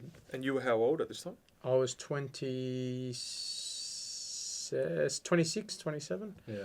What did you? Is that around? Did you start to feel like you just knew your game? Like what you were going to get out of yourself every week? You know, and that point of experience. Like the way we were playing here, I was like, man, this suits me to a T. It was like centre back, get the ball out of your feet, diag to the winger. Yeah. And I was like, I had so much room to run, and PK was like a big advocate. Was like, I want you to run at people. And that first season, I was just doing it so much. Yeah. Now it's a bit different. They know what I'm going to do, so they try and get tight. Yeah. Have you found you've had to play like more like because when I remember, and this is going off, so forgive me, this is going back a long time. You were very much like raw, energetic, beat people with pace, like beat your man, get the ball in or get a shot off.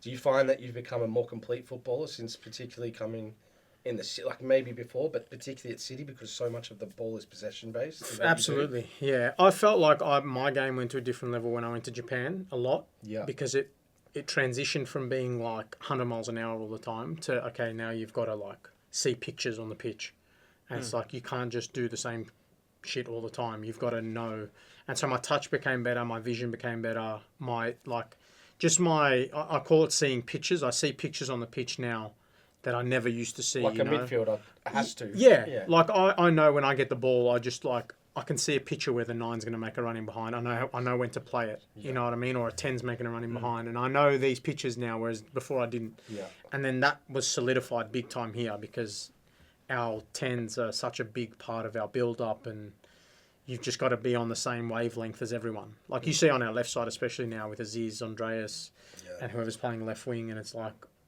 Man, it's such a good... So, day-to-day in training, how are you learning these pictures from, let's say, in City? Well, it's like, now it's different players, but like, when I was on the pitch with J-Mac, for example, like, I knew when I got the ball on the right wing, I knew when I come inside, I knew he's making a run in behind. So I was like, I don't even look anymore. You know, I just play. I just play it. And even now, like, me and Maxi have a connection where he knows that if I get half a yard, don't even look, just run towards I'm going to cross. You know, it's developing the connections with the players. We do so much like video. You know, you're saying we pull videos aside for players, and we do so much of it here, man. Yeah. And just like it accelerates the connection that you have on the pitch. Yeah. Sometimes you need like 2 or 3 months to gel with players now because we do so much. It's like you have to be. Yeah. Everyone's on the same page. You know exactly what we're doing. Can I just ask you about we've spoken to the backroom staff on the transition from Bandura to here and stuff. What was it like for a player? Initially, everyone was like, oh, fuck, man, why are we doing this? Like, it was, really? Bandura was like so close to everyone. And obviously, because Cranbourne's so far out, everyone's like, oh, we've got to now travel and move and... You know what I mean? And the only person that was happy about it was Curtis Good because he lives in Rowville. He lives in Rowville, so it's like quicker for him. Yeah, lived at home for a little too long. A little too long, yeah. But once we got out here and we saw what they were going to do with the place, it was like, fuck, this is next level. It's Like, mind-boggling, man. we Like, saw the plans and Yeah, how did they show you this? What was the well, process? initially they showed us like a video in Bandura of what it was going to look like, and we were like, this looks ridiculous. Yeah, that's mad. And we were like, but is it going to be finished? Because initially they were saying it's going to be finished in like this time, and then like it was COVID, and like builders were fucking around Doing what they do. doing what they do. there was and it's like it got wasn't there a delayed wood a little crisis? bit. Probably enough wood timber? and steel or whatever. Something like that. But once you could see the place taking shape, it was like, man, people were coming here doing tours and stuff. They're like, this is unlike anything we've ever seen. Yeah. I remember we had Trent Sainsbury here training with us for a little bit before the World Cup, and he was like, man, I've been to so many clubs in Europe, and this is like unlike anything in Europe. Wow. Yeah. That says a lot, man. What was it about, I guess for you, probably around the time you arrived, like obviously Melbourne City's most successful period, but it's translated across 2 coaches. There's a high involvement of young players from the academy who instantly perform. Like, where is this, like, the operation that is about this football club? Like, what do you see as why it's successful? I think it's when you create an environment and standards at a club to where it doesn't matter who's here, and it doesn't matter, like, obviously a coach makes an enormous difference, but once you have a blueprint of how we play and the standards that need to be met and whatever, it's almost like it's like a production line. Like, everyone knows exactly what they're doing. You pull one out, put another one in, everyone knows what they're doing, and it starts like at junior level. Like, city schools are training the way, like the styles that we train. They're starting to implement like little things because they know if these players come into the first team eventually in 10 years time, whatever, they need to be ready.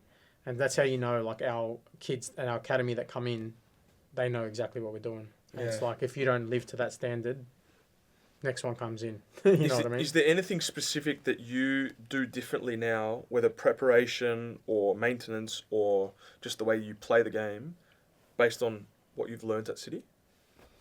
Anything like specifically different? No, not so much specifically. I do a lot more prep than I did before. The recovery is always like, you've got to be professional, do your recovery, but prep is huge here. Like, the team does it all together, and like, you know how it was when sort of back in the day, you used to just do whatever you needed, and everyone just goes out on the pitch at one time. Now here, it's like everyone's in the gym together. We do prep, we go out together, we do meetings, we go, like, everything's like together. We make sure everyone's doing the right things, and I just feel like that level of professionalism here resonates the whole way down. I don't know if you experienced it in your time, but and you can correct me if I'm wrong, but it feels like they're a bit more fuller days now, the schedules. Absolutely. Like, it was very much like back when I was playing, it was like we're out by lunch. Yeah. Whole day off. Yeah. How many hours would you spend on average here? On a normal day? I get to training at like 7:45, and then I leave training most days at like 2:30. Yes, That's almost a full day. Yeah, like, it's a lot of the interesting time I used to leave at, especially when gym used to be like optional back in the day, I used to leave at 12 o'clock, 12:30. Yeah. Wow. Here it's like there's not a chance. There's no days where we come out at 12:30, 1 o'clock. No, it's like we're off the pitch at 12. You have lunch, because we have lunch here as well, and then you do gym, and then you get treatment, you do recovery, you do all that. It's 2:30 at least. So is that kitchen, is that every day? Like, food, chefs there just like... See, not every club's experiencing that either, huh? Like... No, yeah. Definitely not. No, we're tuna cans, man. That's my fault. Do you remember this guy? That's my fault. Remember his weird, unique strategies? Like, what were you doing? Were you losing weight? Fahid reckons, I don't remember doing this, but he reckons I was trying to lower my body fat percentage by just eating tuna cans, which now in hindsight I realise is not like the best diet for a footballer. But were you trying to? Yeah. But I don't remember actually eating only tuna cans, but he reckons I did. Yeah. I remember one time, man, I was rooming with Fahid, and he was obviously very close with Fahid, and I remember he comes knocking on our door, and he's like, hey, man, do you reckon we can swap rooms? Like, me and Fahid are starting, and I felt like I want a room with Fahid, and I was like, yeah, all right, man, whatever. I don't even remember that, bro. I don't remember that. Booted me out of my room, bro. Sorry, bro. I don't even remember that, man. He was really close with Fahid. Yeah, and that was his way of trying to just slide in. Yeah, he's like, me and Fahid are like pretty close, man. Like, I was like, whatever, man. Like, he was probably bullying me. I was a young kid, man. He probably grabbed me by the ear and was like, yeah, make at 5 o'clock, you come tell Andrew to get out of my room. I was like, whatever. Who's been the best players or player that you've experienced at your time at City? At City, Yeah, like because you guys have had. a lot. What's really impressive with City, and I find I've been looking at like a lot of the A-League teams, right? If you look at players that City have lost at times, have been like pivotal to wins and performances and seasons, Yeah, and they get replaced, or like Max Caputo now replacing like a McLaren. yeah, You got Kuhn who's been outstanding for a couple of years, but then you lose Tilio and Yonata Cohen, and then it's like bang, you got players that can come in and perform. Like not every A-League club's doing that well, and I've started to notice that. I feel like a lot of the years, especially with our foreigners, we've done really well with our recruitment. Everyone's come in and like I think a lot of the time, well, more often than not here, they pick obviously based on talent, but they do a lot of deep diving into like personalities and professionalism and the characters that they bring in and whatever. Because first and foremost, if they're a shit character, it doesn't work, man. Like doesn't matter how good you are, it doesn't work. So, man, like J-Mac was ridiculous that I played here. Curtis Good was. People underrate Curtis, don't they? My own personal opinions, people underrate him, and what makes him so good, and you can elaborate more, is I played with him at all juniors in every state team, and he was a midfielder.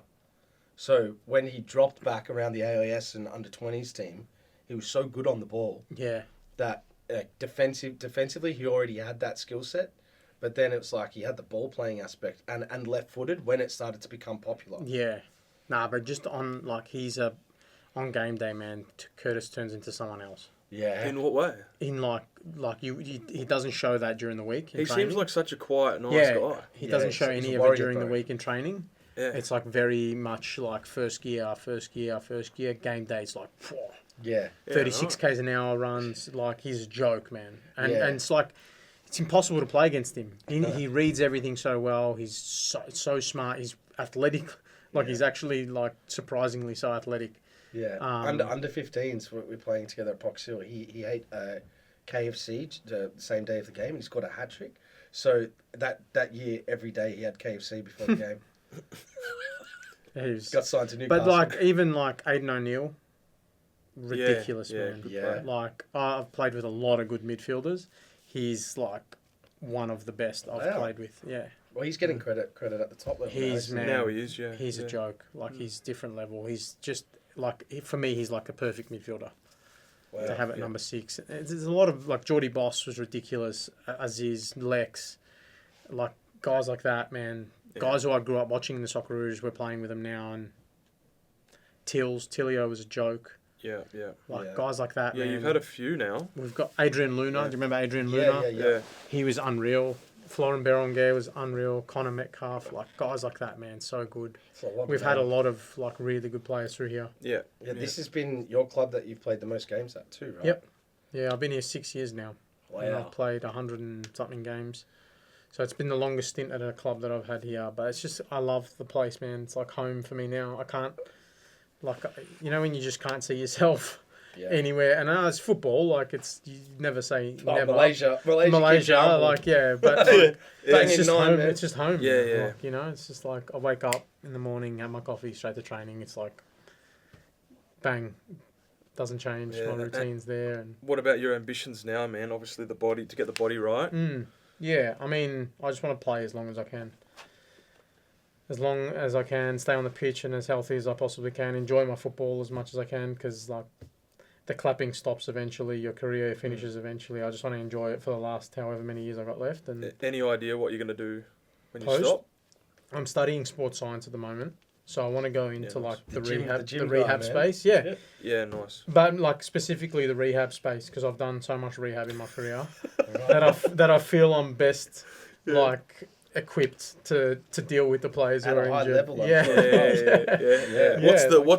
What would be the message that what would you say to a player that's like just done their ACL and they're they're post-op and they're just like 2 months in or whatever? Yeah. What are you saying? What's my message? Yeah, what are you saying to them? Like it's injuries. It's gonna feel shit, and accept that it's gonna feel shit. And there's a lot of times where you're gonna want to skip a set or skip a rep in training. And trust me, if you cut corners, it's gonna bite you in the ass later. So grind through the times that are shit and enjoy the times that are good. Because I've been through it, and it's fucking lonely. Yeah, it is, It's man. lonely, man. Yeah. Being in the gym for 12 months, there's a lot of days where I'm like, I'm not doing this set today. Yeah. Like, assault bike upstairs is like, you die on that thing, and I'm like, no, I'm not doing it today. And then I'm like, fuck, nah, just do it. Yeah. Just do it. So it's like, And you often spend more time at the club than when you're not injured. You right? work harder. 100%, The players yeah. that are starting and stuff. I was leaving at 3 o'clock a lot of the time when I was in rehab. It's because you got so much to do, right? And like, it's tough and it gets lonely in rehab. But if you got good people around you, it makes it easier. Like my rehab here was tough. It was lonely, but I had such good people here that it was like, sometimes it can get shit, but when you got guys in the change room like we do, and even at the top, you know, like we have Brad, who's our CEO. Man, a lot of other clubs, I'd never even see the CEO. Yeah, yeah. And he comes down every day. How you going? You know, Yeah, is there he anything you brings us at the need? door. And yeah, like how Yeah. good is it, man? Yeah. And like you don't get that at other clubs. No, we've been to clubs and we won't say who, but we didn't get offered a glass of water for like 4 hours. Yeah. And here you've got like the man, best studio, the best cameraman. You've got bucket hats and shit that get given to you. Yeah. Wear it, man. You got to pump yeah, I up the thought city, you had it on. pump up the city merch, man. Can we say that? Just cut it out. Asian Champions League. We've spoken about this a little bit a couple pods ago, or a few pods back now, but like where we feel like Australia wide, even just tuning in and stuff, like people don't give it, like it's the biggest competition we have. The most famous person in the world, Ronaldo, is in the same competition, albeit on the other side of the group. Like, can you just talk to us about the difference in like the jump up, the main unique differences from domestic football here, and I guess for you playing in, you know, the biggest tournament in Asia again. Yeah. It's different. It's really different, obviously, because you got travel. We're traveling 10 hours, Yeah, that's you know, and it's like, curveball. it's tough. And especially we're doing it after an A-League game. So, like, this weekend, boys will go to Newcastle and then fly straight to Korea the next day. And it's like, the Korean teams, they only have to come down here once every, you know, more often than not, they're going to Japan or China or whatever. It's not that big of a deal. But it's like, you don't know what you're going to get from them, you know. You can watch as much video as you want on them, but you don't play these guys every week, and it's like, it's completely different. The level's different. The conditions when you go to places like Thailand and stuff, completely different. Like, we played in Japan a couple of weeks ago. It was steaming. In Korea now, it's -5. And it's like, Newcastle this weekend is going to be 32, and they're going to play -5 3 days later. And it's like, they're the things that you don't get. But I say this to people all the time. Like, if teams in Australia don't have ambition to play in the Champions League, then I don't know what we're doing. Yeah. Right? Because you get a pat on the back for winning the trophy here, and it's fantastic. You put trophies in your cabinet, but then you play Champions League, and it's like a lot of teams in the past have just sent kids. Because it's like, oh, we need to focus on the A-League. And it's like, okay, you focus on the A-League, you finish first, and then what do you get for first? You go in the Champions League. Yeah. That's the goal. You know what I mean? Albeit, like, it's a very tough competition, and more often than not, Australian teams aren't expected to succeed. I think that's normally what it is, right? They don't expect themselves to do well enough that but they're like, like, what are you striving for? You know, what are Why you turn aiming? up? Yeah, why turn up? Yeah, you know, like, I get it. It's difficult. Other teams in other countries have unlimited foreigners and unlimited budgets and no salary caps and stuff like that. I get it. But like, we're doing really well now.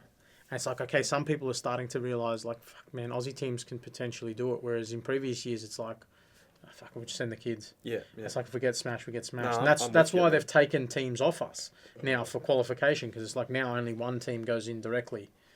I mean, we want to have 3 teams in there. We want to compete. We want to try and do well, because otherwise, how else do your kids get on in the shop window? Yeah. How else do we, you know, get more sponsors and get more, like... I don't get when teams send kids to Champions Leagues and they're like, oh, we don't really expect to win, so we don't care. It's like, fuck, man. Yeah. What's the goal? Yeah, I agree. Well, it's Teams in Europe want to finish in the top 4 in the Prem so they can go to Yeah, Champions no, League. and It's you like, get prize money. yeah, what's the difference for us? There's no respectfully. There's no prize money for winning the A-League. No, there isn't. That's what I mean. So, Like, you our know. goal is to play Champions League, and when people complain, oh, the travel and whatever, what would you rather be doing, man? Yeah. Battling for top 6, or would you rather be like in the Champions League and playing against the giants of Japan and Korea, and like if you get through, you play against potentially Ronaldo, and who wouldn't want to do that, man? How does your body go now bouncing back with those travel and trips? It's not too bad. Like, we've got like our structures and our programs and stuff about recovery, and they make sure that, you know, we, for example, play Wednesday, we'll fly to Korea on Sunday.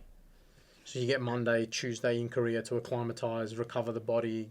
You know, more often than not, it used to be you travel a day before the game, you get there at whatever time, and you might not even get a training session in there, and you've got to play the next day. But here, they look after us and make sure that our travel's, to the highest level as possible and comfortable, and give us the best chance to succeed. Because like in Japan a couple of weeks ago, no one expects us to win a game, to win against Machida. You know what I mean? We snag a result, all of a sudden everyone's like, maybe they can do it, maybe they can go through, maybe. Yeah, so, what about your performances, winning goal? Like, talk to us just... Because also the review system, right? Like, we talked about that, like, ruining moments. Yeah. Like, and long reviews as well. Like, what was going through your head? Agonising, man. Like, I knew the ball had crossed the line, and, like, it was my second game back after 12 months out, so I was buzzing, man. I was like, I quickly got the monkey off the back. As an attacker, you're like, I want to score as quick as possible, because if it goes on, man, the pressure gets more and more. I don't want to be 007, man. Like, and I scored, and I saw the ball go over the line, and I was like, it's a goal. Yeah. And then the ref comes to me, and he's like, I'm checking offside, disallowed goal, handball, penalty. What? I'm trying to... the whole menu, bro. I'm trying to cancel the goal. I'll have everything on I'm the trying menu, to find bro. out He how I literally can said cancel it. I'll let you every know. possibility. And I'm like, well, if you're checking penalty, we scored a goal, so like that negates it. I was like, offside, there's a guy on the goal line, says not offside. And then he's like, nah, it's handball for your guy. We're checking handball for your guy. 10 minutes later, man, it was so weird. He pulled in the captains to speak to them. And he pulls in Nate and the other guy from their team. And he's like, blah. And then he's like, I saw him do this, like the ball crossed the line, and he pointed to the penalty spot and like to the halfway line. And Nate was like jumping up. I was like, fuck. I was like, because no one expected us. They gave us a gift in the first minute. Like they scored an own goal, the back pass that went in. And I was like, holy shit, we've been given an absolute gift. Take it. And then they scored, and I was like, fuck, we're holding on a bit here. Score the winner. And I was like, oh, man. It's the best feeling ever after the game when you're like, we've just won. It felt like smash and grab, like daylight robbery almost, because it's like no one expects us to win. We've gone there and won. It's a nice long trip home as well. When you get a result like that. Bad, man. Like I went 4 weeks before we went to Vissel Kobe, and I said to Vidi, I was like, Vidi, it's my first week back with the team to train fully before playing. I was like, I'd like to come and train with the team just to be a part of it. I know I'm not playing, and the boys played 90 minutes, unreal, defended so well, whatever, and then like 94th minute we cop a cock goal. It was deflected off the keeper, bounced off their guy, went in. It was something stupid, and then, like I saw the feeling after the game, and I was like, man. Yeah. So the feeling after Machida, it felt like the football gods evened it up. Yeah. Evened it up. What mathematically, like where are you guys sitting now? We're second. Yeah. Like equal top, but second on goal difference. Which is incredible for like how it initially started, because I think it was a bit of a rough start, right? It was, yeah. We lost to the 2 games against Hiroshima and Vissel Kobe, which are 2 of like the giants in Asian football. Did you put that down to just the timing of when you played them though as well? Because it was like it was pre-season. Before the season started, yeah. Which timing. Obviously, they're 2 ridiculous teams. I think the Hiroshima game was a bit more of a shock to us, because it was like the first game of Champions League against one of the biggest teams. So it was a bit of a shock to the system. They played really well. Vissel Kobe was a bit better, and then we started getting a bit of a roll on. We beat Buriram, we beat Machida, we beat Johor.